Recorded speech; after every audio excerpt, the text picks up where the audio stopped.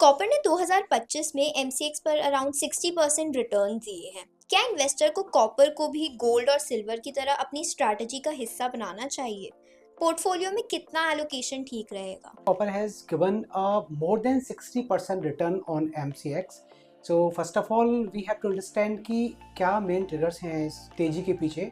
So I believe electrification, demand from the AI and a supply disruptions are the key factor behind this gain in a Dr. Copper, red metal की जब भी हम बात करते हैं तो base metals में इकलौता एक ऐसा मेटल है जिसने कि इतने एक्सपोनेंशियल गेन प्रोवाइड करे हैं MCX पे.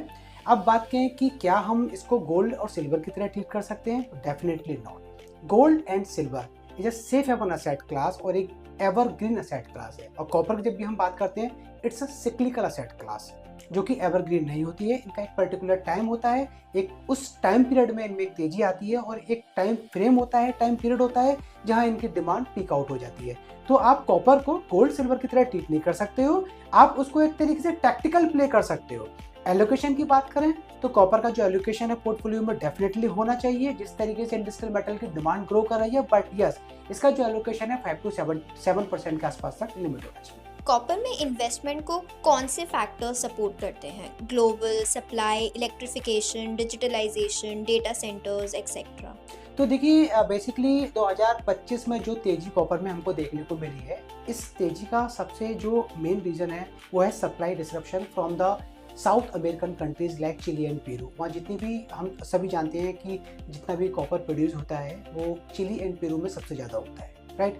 तो वहाँ नेचुरल क्लैमिटीज़ के चलते जितना भी सप्लाई डिसरप्शन हुआ है वो उसने एक सबसे बड़ा रोल प्ले किया है कॉपर की रैली को.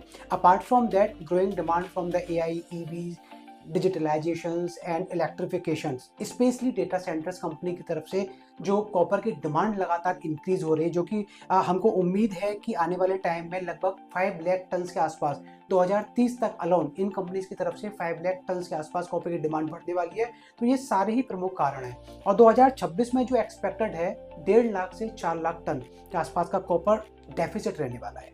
तो आप सोच के चलिए कि कितनी ज़बरदस्त डिमांड आने वाले टाइम में कॉपर की निकल के आ सकती है. कॉपर इन्वेस्टमेंट के रिस्क क्या होंगे? तो देख लिए, जैसे कि मैंने पहले भी कहा आपसे कि ये एक सिक्लिकल असेट है, ये एक सेफ हेवन नहीं है. तो हम सभी जानते हैं कि कॉपर का जो कंजप्शन है ना वो चाइना की तरफ सबसे ज़्यादा होता है.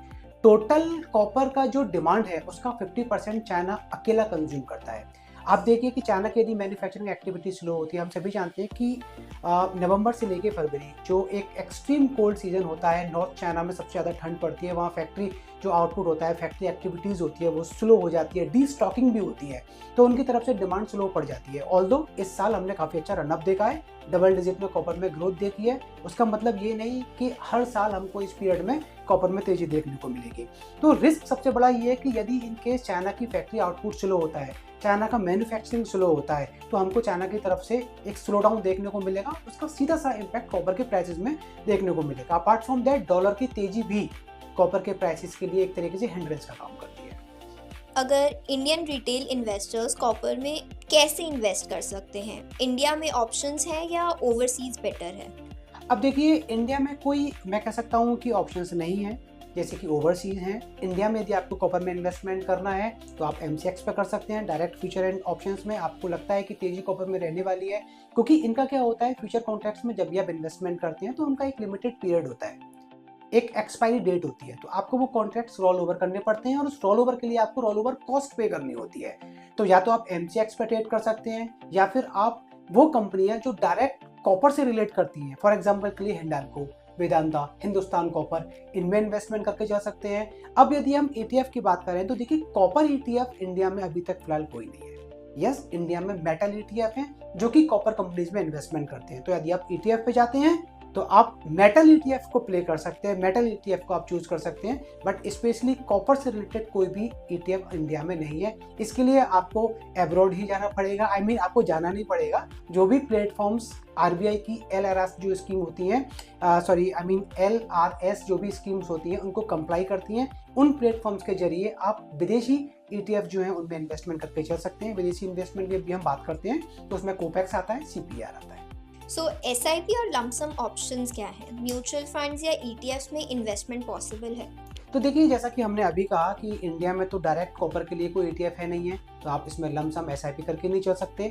यस, इंडिया में जो मेटल ETF हैं, आप उसमें SIP करके चल सकते हैं। तो ऑटोमेटिक जो रिडक्शंस होता है ब्रोकरेज फर्म्स में, जो आप अकाउंट खुलवाते हो डीमैट, उनके चैनल से, उनके माध्यम से जो आप इन्वेस्टमेंट करते हो ETF में, तो उसके द्वारा आप मेटल ETF में SIP करके चल सकते हैं। बट क्योंकि इंडिया में कॉपर से रिलेटेड कोई ETF नहीं है, तो डायरेक्ट इन्वेस्टमेंट कॉपर में आपका नहीं हो सकता। वो डायरेक्ट इन्वेस्टमेंट आपका एक तरीके से इनडायरेक्टली आप कॉपर के जो रिलेटेड स्टॉक्स हैं उनमें कर सकते हैं, या MCX पे फ्यूचर ट्रेडिंग करके कर सकते हैं।